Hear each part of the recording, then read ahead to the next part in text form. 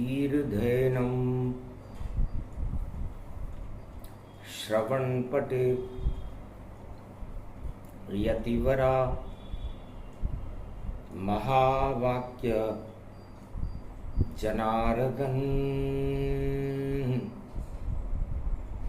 सच्चिदानंद त्वं शरणं व्रजेश। यादवेन्द्रं दयादाता पुंडरीक्षा क्षीरसागरशयनं कमलनयनं नमस्तुते नमामि श्रीहरि। धैर्य से जिसको धारण किया जाता है, कर्णपटकों से जिनका पान किया जाता है, ऐसे सच्चिदानंद भगवान श्री यादवेंद्र सरकार को मैं नित्य ही चिंतन करता हूँ, नमन करता हूँ, जिनको नमन करने से मंगलादि मंगल तो हो ही जाते हैं, साथ ही में बहुत बड़ा बल मिलता है मनुष्य। गोधन गजधन गजेन्द्रम श्री कृष्णम नतामस्तकं परिपाटुतं श्रीदाता श्रीहरि त्वं शरणं व्रजेश। तुमं कृष्णा तुमं माधव तुमं मुकुन्दं तुमं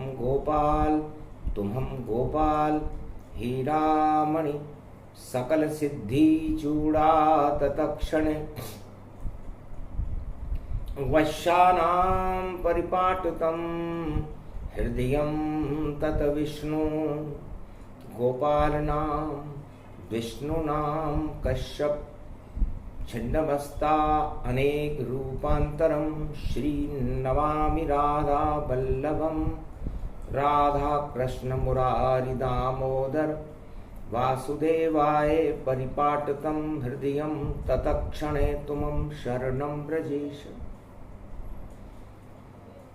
ज्योतिर्महाये पर्व भवानी अंधकार में ईश्वर मानी। अंधियारे हट गए जगत के, हुआ जगत में प्रकाश। देव देवता नर नारी सब ईश्वर की करे आस।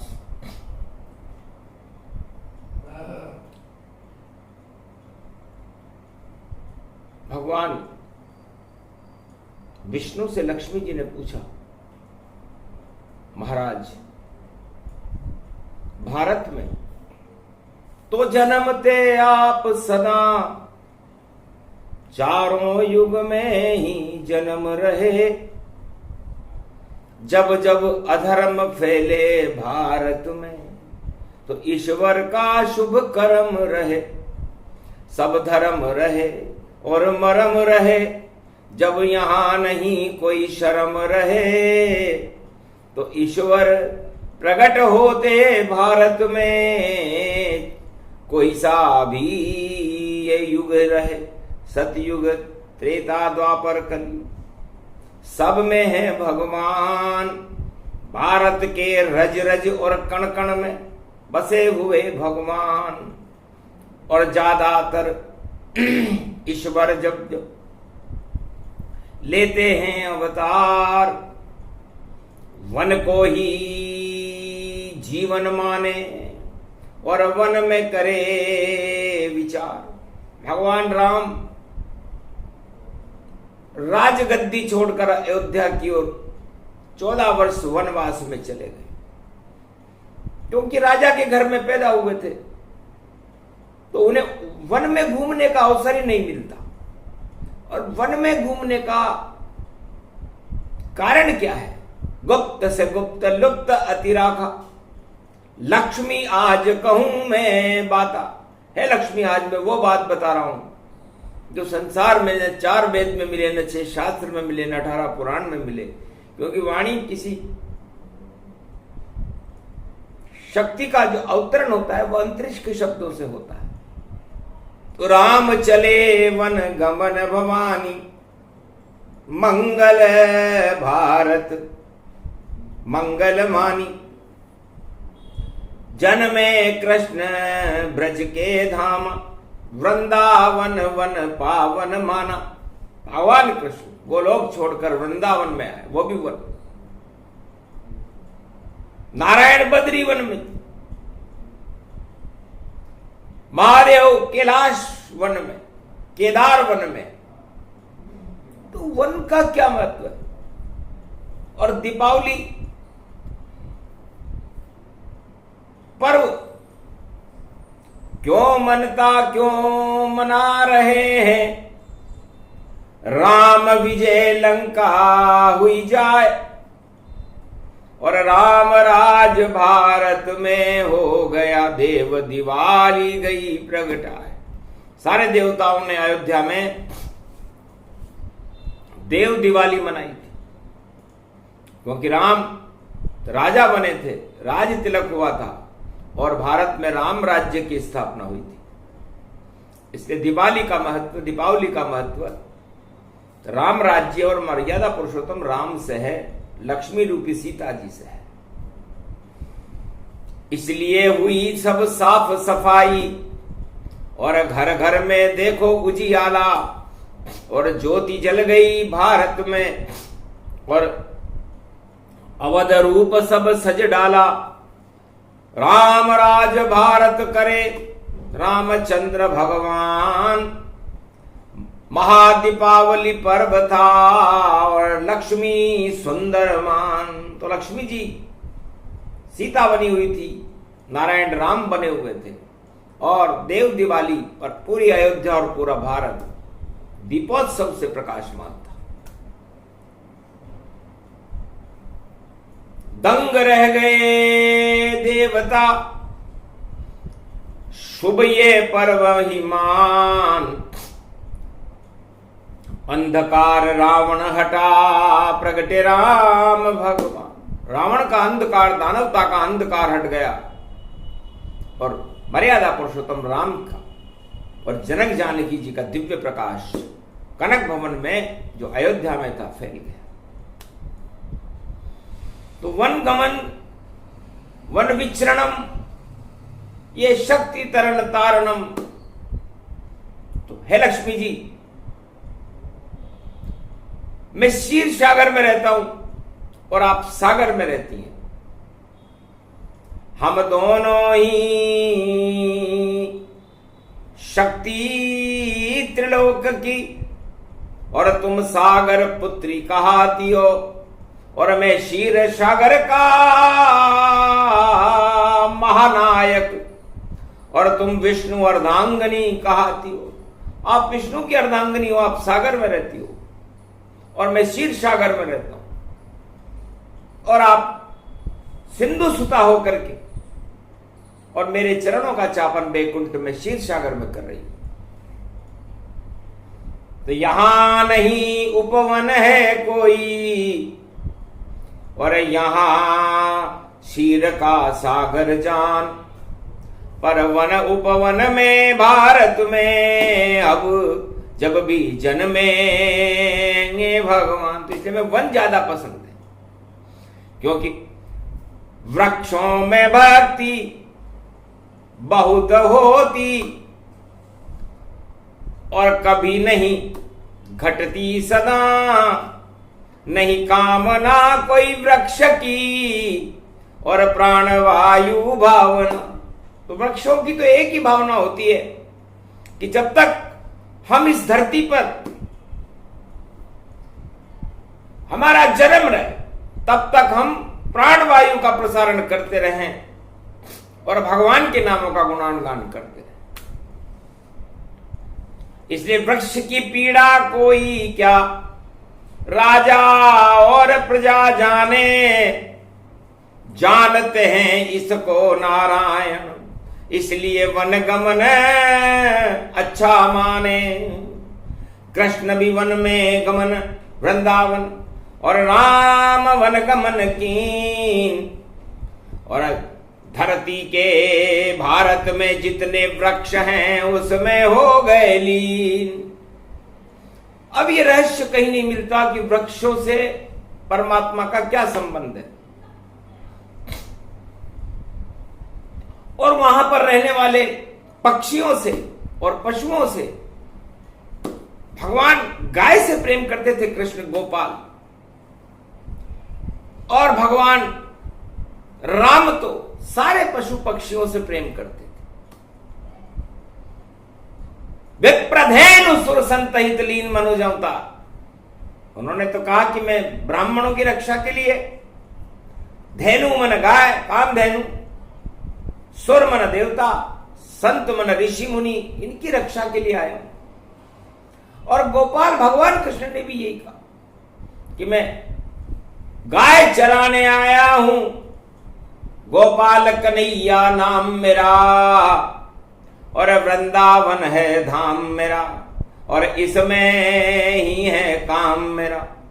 अरे मैं पीपल का वृक्ष बनूं, और सदा प्राण वायु छोड़ूं, और मैं शुद्ध प्राण वायु बनूं, और अमृत धरती पर प्रगटूं। अमृत चंद्रवंश में होता है, तो चंद्रमा भी अमृत टपकाता है, और कार्तिक के महीने में चंद्रमा, कार्तिक स्नान करने वालों का मतलब ही यही है कि वो अमृतमय हो जाती है उस जो कार्तिक स्नान करता है। और सूर्य वंश में राम जी भी अमृत प्राणवायु का बरसा, क्योंकि सूर्य ना हो और ये प्रकृति ना हो, वृक्ष ना हो, तो प्राणवायु ऑक्सीजन कैसे बने। तो बड़ा गहरा संबंध है। और सुन लो दीप दीपावली प्रसंग, और वृक्षों के साये में रहते देखो भारत में भगवान जब भी भारत में आते हैं वो वृक्षों के वन में विचरण करते हैं। तो पीपल का ये वृक्ष है प्राणवायु गति जान, और सदा विष्णु के मंत्र का करता है गुणगान। 24 घंटे पीपल के वृक्ष में से, हर पत्ते पत्ते में से भगवान विष्णु के मंत्र ध्वनि होकर के निकलते हैं। तरंग बनती ध्वनि बनती वेद बनते जाते हैं, और पीपल के वृक्ष को श्री कृष्ण अपने को ही बताते हैं। गीता में बोले कृष्ण जब पीपल का मैं ही वृक्ष हूं, और मैं ही गीता, मैं ही हिमालय, और मैं सूर्य चंद्र सब में ही हूं। तो मैं ही ब्रह्म हूं, मैं ही शक्ति हूं, और मैं ही कृष्ण भगवान। धन्य धन्य ये पीपल का वृक्ष जो करे विष्णु गुणगान। ओम नमो भगवते वासुदेवाय। 24 घंटे पीपल के वृक्ष में से वेद मंत्रों की ध्वनियां निकलती रहती हैं। वृक्ष किसी भी देश में हो, किसी भी मकान या भवन में हो, उसके नीचे बैठकर करे भक्ति जो जाए, जितने पत्ते वृक्ष में उतना गुना फल पाए। अब यदि आप पीपल के वृक्ष के नीचे बैठकर भगवान का नाम स्मरण करें, शनिवार का दिन है, तृतीया है, कार्तिक का महीना है, तो तीनों जगत गुरु यहां पर हैं, ब्रह्मा विष्णु महेश। सुबह सुबह भगवान विष्णु, मध्याह्न काल में भगवान ब्रह्मा, और रात्रि काल में शिव इसमें निवास करते हैं। तो तीनों जगत गुरु मिल करके सुनते हैं हरि नाम। धन्य धन्य पीपल का वृक्ष है जो करे हरि गुणगान। ओम नमो भगवते वासुदेवाय। ये आपको भाषा में मिलेगा, लेकिन प्राकृत पाली भाषा में हवा की तरंगों से जो मंत्र निकलता है, अरगड़वाडम सासो दिया ससम सस्वरियंताम तांतानम सम सम सम सम सम सम सम ओम हरि कृष्णाय वासुदेवाय मधुर मधुर मधुम मधुरम मधुरम कृष्णम कृष्णम और विष्णु विष्णु रमण रमण पीपल से निकले तरंगत और देखो हरि संकीर्तनम। तो हरि भजन ये पीपल का वृक्ष करता है। और कार्तिक में आंवला और वृक्ष देखो जानिए और आंवली में अमृत देखो ईश्वर का ही मानिए। मध्य रात्रि में देखो और स्वर्ण रूप जानिए और श्री कृष्ण रूप देखो आंवली को मानिए। देव उठे दिवाली तो आंवला ही जानिए और सोने की होती है गोलोक की छटा उसमें कृष्ण मानिए। तो आंवले में से भगवान श्री कृष्ण का मंत्र निकलता है, कृष्णाय गोविंदाय माधवाय केशवाय। तो ये आंवली का वृक्ष और धन्वंतरी इसी आंवले का सेवन कराते हैं। धनवंतरी धन कहते हैं स्वास्थ्य को और जिसके पास ये होए अजर अमर व आत्मा कभी रोग नहीं होए। तो आंवली वृक्ष के नीचे बैठकर और भोजन करते जान जो भोजन करे आंवली में तो कृपा कृष्ण भगवान। तो राधा और गोविंद की कृपा आंवली के वृक्ष से मिलती है और उनके मंत्र इस आंवली के वृक्ष से निकलते हैं। और आम गति रूप तन और देखो अमृत मान और लगड़ा आम काशी विश्वनाथ पे चढ़े तो मंगल मान। लगड़ा आम भगवान काशी विश्वनाथ को बड़ा पसंद है। तब एक भक्त ने पूछा, महादेव आपको लंगड़ा आम क्यों पसंद है? अरे लंगड़ा बन गया एक बार जब मैं संजीवनी लाया था, तीर चला दिया अवध भरत ने तो लंगड़ा बन पाया था। तो राम राम की जगह मुंह से मेरे निकला आम और आम आम, तब लंगड़ा आम और लंगड़ा आम और लंगड़ा आम चढ़े आम आम। हनुमान जी की बात सुन करके और भरत जी ने एक फर का तीर निकाला कि तो आप तो राम भक्त हो और आप यहाँ आम आम बोल रहे हो, तो जाओ आम पसंद श्री राम को, आम पसंद शिवजान और शिव और राम के मंत्र को सदा बोलता आम। इसलिए आम की बांदर वाले बनती है। और आम का वृक्ष किसी बच्चे की मां का देहांत हो जाए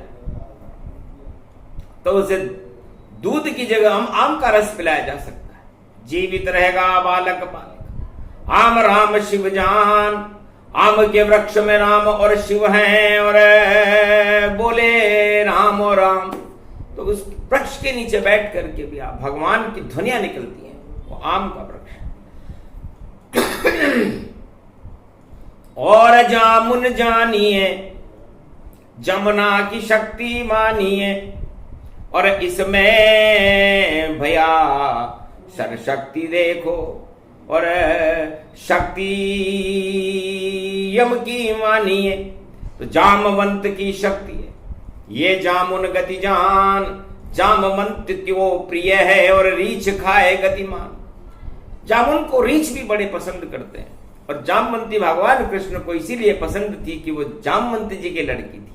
तो जामुन और जामवंती लाजवंती जानिए, लाजवंती छुई मुई और देखो राधे मानिए।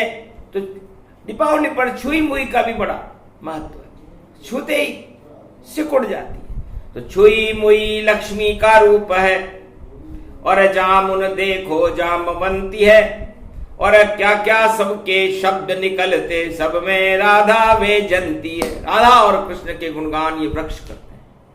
तो वृक्ष सदा भगवान का करते हैं गुणगान, जब तक इनका जीवन है, जब तक इनमें प्राण। 24 घंटे हर क्षण हर पल करे ईश्वर का ध्यान और जीवन मुक्त करते हैं इनको नारायण भगवान। भगवान, इसलिए राधा कृष्ण सब और वन विचरण गति पाए। और जब अवतार होता है तो सब देव वृक्ष बन गए। तो सारे देवता वृक्ष बन करके वृंदावन में, बद्री वन में, अवध वन में और पंचवटी तक अरबों वृक्ष बन करके देवता खड़े हुए थे जब राम गुजरे। तो आज भी वो शक्ति इन वृक्षों में और सखेजड़ी देखो होती है। और शनिवार सखेजड़ी है और दुर्गा शक्ति होती है। जो खेजड़ी की पूजा कर ले और उसमें तो शक्ति होती है। और शक्ति मंत्र निकलते इससे भक्ति होती है। ये दुर्गा शक्ति है। वेद व्यास, वाल्मीकि, तुलसी और सभी राजाओं की इसकी पूजा होती है। दानवता का नाश करती है। तो और दो बदुरवा जानिए गणपति की प्रिय मानिए। गणपति के मस्तक चढ़े उसे दो महाशक्ति मानिए। परमाणु बम और अणु बम की शक्तियां सब हटा दे। और भारत में दोब को भगवान जैसा मानिए। अमृत ये दोबों रूप देखो गणपति पे चढ़ गई। और रिद्धि सिद्धि भारत को अपने आप ही मिल गई। ये अमर जड़ी है, अमर है ये गणपति भगवान है। भाई बहन इनको ही मानो, ये सनातन नाम है। अमृत छिड़का गणपति, शीश कटा जब जाए। अमर हो गए गणपति, गणनायक कहलाए। दोब पे पड़ गया अमृत, एरावत चररा घास। और अमृत से ही घास में और हुआ पाप का नाश। पैदा हो गई बड़वाड़े में घास भवानी मात। संकट हरनी मंगल करनी चौथ भवानी मात। कल करवा चौथ है, इसलिए ये दोब भी बड़ी अमृत का स्वरूप। तो दोब और गणेश एक ही दिन जन्म हुआ चौथ पर, इसलिए गणेश जी की बहन है। और गणेश जी को अपनी बहन अपने मस्तिष्क पर लगाने में बड़ा आनंद आता है। रणथंबोर के गणेश माधव नगरी में बैठे हैं राजस्थान में, और उनके सामने उनकी बहन बरवाड़े की चौथ माता बैठी है। कोई भी संकट हो जग का, कैसा भी हो युग गति जान। दोनों के दर्शन कर लो तो संकट हटे हटे सब पाप। तो सारे पापों को हटा देते, दुख और दरिद्र को हटा देते। तो वृक्ष लीला आज मौजों में ये वाणी गा रही। और आन देखो वृक्ष वाणी आ रही। तो वृक्ष में वह देखो भैया विष्णु का ही रूप है। और रक्ष में रक्षा करे ये वृक्ष ही खुद शिव बने। तो कल्प वृक्ष संगम तट पर और देखो शक्ति महान। वट वृक्षों उसको कहे संगम का स्नान। तो कुंभ पड़ेगा 2025 में। तो वट वृक्ष, उस वट वृक्ष की जड़ का अमृत उस संगम के जल में घुलने के बाद अमृत बन जाता है। और उस अमृत का पान सारे साधु संत नर नारी राजा प्रजा सब करते हैं और उनका कल्याण होता है। यदि वट वृक्ष न हो विश्वनाथं संगम तट पर हो नहीं, तो अमृत नहीं मिल पाए देखो सृष्टि फिर ये बचे नहीं। तो यदि वट वृक्ष भारत में न हो तो सृष्टि न चले। वट वृक्ष इस सृष्टि का कीला है। संगम, यहां पर ब्रह्मा विष्णु महेश का भी संगम होता है, इसलिए उसे संगम कहते हैं।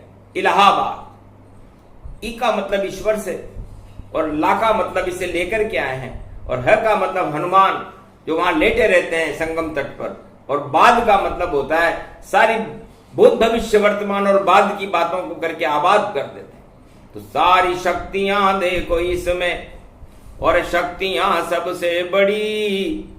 और भारत को अमृत मानिए, यहाँ वृक्षों की लगती झड़ी। ये वृक्ष की वाणी कलयुग में पहली बार ही आई है। इसमें है राम सीता यहाँ और कृष्ण और राधे माई है। शिव और शक्ति उमा देखो, और श्वेत आंखों गणपति, और देखो शक्ति रूप ये कार्तिक में ये प्रगटाई है, और शारदा के हाथ में जो लेखनी मयूर की, और मोर पंख जब नाचे तो श्री कृष्ण त्वम शरणम ब्रजेश प्रगटाई। जब मोर मयूर कूं कूं करके नाचता है, बरसात में नाचे, सर्दी में नाचे या गर्मी में नाचे, तो भगवान कृष्ण का साक्षात दर्शन करा देता है, त्वम शरणम ब्रजेश। इसलिए इस मोर पंख को भगवान कृष्ण ने अपने मस्तिष्क पर लगाया। तो मोर पंख भी एक भारत का राष्ट्रीय चिन्ह है और हमें गर्व होना चाहिए। हर घर में, हर धर्म में मोर पंख मिल जाए, जितने पीर पैगंबर हैं सब मोर पंख ले पाए। मोर पंख से वो झाड़ा दे देते हैं, और झाड़ा हवा को कहते हैं। तो ईश्वर की हवा आती है और भूत प्रेत हटाती है, ये सब ईश्वर की माया है जो मोर पंख से आती है। तो मोर पंख सारा त्रिलोक है, सारा रूप महान, इसको धारण करते हैं श्री कृष्ण भगवान। इसलिए भारत में तो अरबों वृक्ष हैं, और देखो रूप समान, और वृंदावन और पंचवटी और वन में करे राम कृष्ण विश्राम। तो भगवान राम 12 वर्ष तक घने जंगलों में भारत के घूमते रहे, और भगवान कृष्ण तो पूरी जिंदगी वृंदावन धाम में घूमते रहे, गोलोक और सेवा कुंज में ही रहते। कुंज कुंजी जानिए, सेवा ही उनको मानिए, हम सेवा करने आए हैं, ये भवन मेरा मानिए। तो न वो मंदिर में रहे, न किसी धर्म सभा में रहे, उन्होंने तो एक सेवा कुंज बना लिया कि सारे जगत की सेवा कर दूं, ये ही मेरा काम। मंदिर मस्जिद में नहीं रहता, बोले कृष्ण भगवान। भगवान ने कहा मंदिर में क्या करेंगे, और हम मस्जिद में क्या करेंगे, गुरुद्वारे में क्या करेंगे, और गिरजाघर में क्या करेंगे। गिरजाघर, गिरजा का घर तो कैलाश है, तो कैलाश में कोई जा नहीं सकता, वह गिरजा रूप है, और गिरजा शक्ति रूप है, और सीता का ही स्वरूप। जय जय गिरिवर राज किशोर, जय महेश जय चंद्र चकोरी। तो ये गिरिराज और महेश ये कैलाश पर रहते हैं, और कैलाश का मतलब केला जैसा। तो केला कदली फल कहे, नारायण का रूप, देव गुरु बृहस्पति और बद्री बने स्वरूप। सत्यनारायण भगवान को ये कदली का फल बड़ा पसंद है, ये भी कदली का वृक्ष। तो शुभ काम में घर पे सदा और वृक्ष कदली लाइए, और पूर्णिमा हो तो भक्तों को और कदली फल खिलाइए। खुश होते हैं नारायण, देखो सत्य नारायण यहाँ, और कदली का ये वृक्ष देखो करे मंगल ये यहाँ। तो वृक्ष पुराण सुना रही वाणी, 58 घंटे में ये कल्प पूरा होता है यदि पूरे वृक्षों की व्याख्या की जाए। तो बड़े बड़े वैज्ञानिक और बड़े बड़े विद्वान, अरे कर लेना भैया, वाणी बता रही है वृक्षों का अनुसंधान। वृक्ष ही अमर तत्व गति जाना, बाकी सभी प्रदूषण माना। तो ये सारा संसार एक प्रदूषण है, ये भोग भी प्रदूषण है, ये राजनीति और सत्ता भी प्रदूषण है, और आप जो सुरा सुंदरी और जो संसार की आसक्तियां है वो सब प्रदूषण है। और इन प्रदूषणों को हटाने के लिए प्राणवायु वृक्ष देते हैं। तो इन वृक्षों के समीप रहो, वृक्षों के साथ रहो, और वृक्षों से नीचे बैठ और भक्ति के पास रहो। वन में जाओ आप सब, भगवान का सब नाम जपो, तो ज्योति जल जाएगी आत्मा में, और दिवाली का प्रकाश करो तो आपकी आत्मा में होगा। देखो सत्य प्रकाश, तब जाकर के होएगा स्वयं पाप का नाश। पर आप तो फंस गए भोग में, भोग कराते रोग, रोग से योग हट जाता है और मिट्टी मिले संजो, शमशान में चला जाता है आदमी, सारी शान उसकी मिट्टी में मिल जाती है। कहता था मैं तो राजा हूं, मैं तो देखो महाराजा हूं, पर जब प्राण निकल जाते उसके तो मिट्टी मिला समा जाऊं। कब्र बन जाती है उसकी, दोजख में चला जाता है। जो बादशाह था, अपने आप को सुल्तान बता रहा था, वो मिट्टी में मिल जाता है। तो सुल्तान का मतलब होता है, अरे सुलह करता सत्य की, लहमा लगाता सत्य का, तो सुल्तान ही बना रहता। सुल्तान तो भगवान है, सुल्तान तो नारायण है, सुल्तान तो परवरदिगार है, और बाकी तू तो मिट्टी की छोटी सी दीवार है। जब चाहे सुल्तान उसको कभी भी ढहा सकता है, और तेरी सत्ता को देखो कभी भी हिला सकता है। उसकी तो कोई नींव नहीं, ईंट गारे से चुनी, और इसके ऊपर तू अकड़ कर क्यों इतरा के अहंकार मचाता है। तो सारे राजाओं की हालत और मिट्टी की दीवार, ना जाने किस समय को जावे स्वर्ग सिधार। तो ये वाणी शुभता भरी और वृक्ष रूप गति जान, और वृक्षों में अमृत रहता है, बोले शिव भगवान। तो अमृतमयी वाणी है, अमृत शारदा होए, अमृत कार्तिक मास है, इस कारण वाणी होए। तो सारे पक्षी, पक्षी का मतलब होता है जो परमात्मा और ईश्वर की साक्षी में हमेशा चहचहाट करते हैं। 4:30 बजे से लेकर के प्रातःकाल 6 बजे तक चहचहाट होती है। मुर्गा बोल जाता है और देखो बांग देता है, आनंद बड़ा आता है। तोता बोले, मिट्टू बोले राम राम गति जान, कौवा बोले, कोयल बोले, सब बोले भगवान, मेंढक बोले टर टर, सब सब सब नाम का नाम, ईश्वर का ही नाम लेते हैं, उनको पक्षी मान। तो ये वृक्ष और ये पक्षी,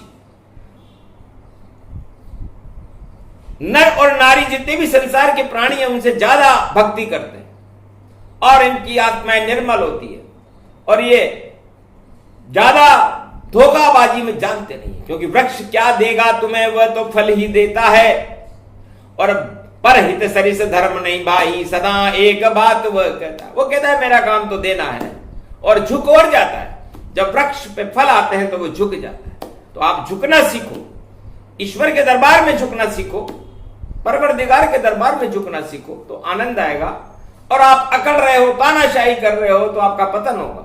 इसलिए वृक्षों से सीखो भैया, और पक्षी से सीखो तुम ज्ञान। वृक्षों से मिल जाओ तो मिल जाएंगे तुमको भगवान। 4 वेद से शास्त्र नहीं, पढ़ो 18 पुराण। अरे जाओ जंगल में देखो वृक्ष को, और देखो पक्षी जहान। आसमान देखो, धरती देखो, देखो सूरज चांद, और अपनी आत्मा को भी देखो तो मिल जावे भगवान। इसलिए दिवाली की वाणी और कर दिया दिव्य प्रकाश। अरे आपकी पंचवटी है ये, और इसमें वृक्ष का नहीं है वास। तो इस आपकी ये पंच तत्व की देह की जो पंचवटी है, क्षिति जल पाओगे गगन समीरा, पंच तत्व मिल बने शरीरा। उसमें राम नाम का एक वृक्ष लगा लो आत्मा में, और उस वृक्ष में लीन हो जाओ तो आप अमर हो जाओगे, वरना गिर जाएगा ये वृक्ष देखो, आएगा तूफान जब, और सब कुछ बिगड़िया जाएगा, आएगा तूफान जब। तो क्यों करते हो घन घमंड, और क्यों नहीं शरण भगवान। और ये दीपावली का ज्ञान है जिसे बोले मारकंड्य भगवान। तो मारकंड्य ने ये पूरा ज्ञान, वृक्षावली और वंशावली एक ही वस्तु है। तो इस वृक्षावली को भारत में समझो, भारत कृषि प्रधान देश है, वृक्षों का देश है, प्राणवायु का देश है। पूरे त्रिलोक में प्राणवायु यहीं से प्रसारित होती है। तो सोचो कि इनकी रक्षा कीजिए, और इनमें है भगवान। क्यों काटते हो वृक्ष को, तुम तो हो नादान।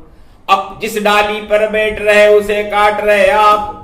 अरे बढ़ गए सारी धरती पर, देखो पाप ही पाप। तो पाप हटा लो, पुण्य बढ़ा लो, करो राम का जाप।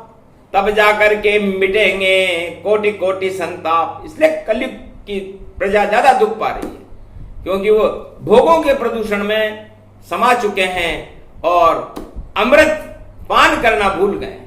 तो अमृत पान करा रही वाणी, इसे दिवाली ही मानो और दीप जला लो अपने हृदय में और अमृत ईश्वर को मानो। तो आपके दीपक में तेल नहीं है और तेल है ईश्वर खेल, अमृत इसमें डालिए तो होगा ईश्वर मेल। तो ईश्वर से मेल करा दिया वाणी ने, हटा दिए संताप कार्तिक मास की तृतीया में और हट गए सारे पाप। यही सुनाना था हमें, इसे सुना दिया था। सुने सुनाए ये प्रसंग तो अमर रूप हो ही जाए। बोलो जय श्री, बोलो आज की आनंद की, बोलो कृष्ण भगवान की, बोलो वृक्ष भगवान की, बोलो पक्षी भगवान की, काक भुसुंड गरुड़ की वाणी और अमृत रूप प्रगटी ये वाणी। तो भारत अमर कर दिया, अमर हुए सब भक्त, आसक्ति सारी हटी और लक्ष्मी नारायण प्रागट्य। तो लक्ष्मी नारायण का प्रागट्य है, दो दो दिवालियां हैं। आनंद लो और मंगल करते हुए भारत में शांति रहे, भारत विश्व का जगत गुरु बने, भारत में दुख दरिद्र का नाश हो, कृषि प्रधान देश में भारत में कोई भूखे न मरे, सब धर्मों की जय जयकार हो और भारत एक शांति का क्षीर सागर बन करके अमृत पान सारे विश्व को करा करके सारे प्रदूषण हटा दे। यह भगवान से हमारी प्रार्थना है, इसे भगवान स्वीकार करें और आशीर्वाद हमें प्रदान करें। हम कलयुग के मनुष्य हैं, अज्ञानी हैं, हमारी अज्ञानता को आप समाप्त करके आपकी कृपा का हाथ हम पर सदा बनाए रखो। बोलो जय श्री राम।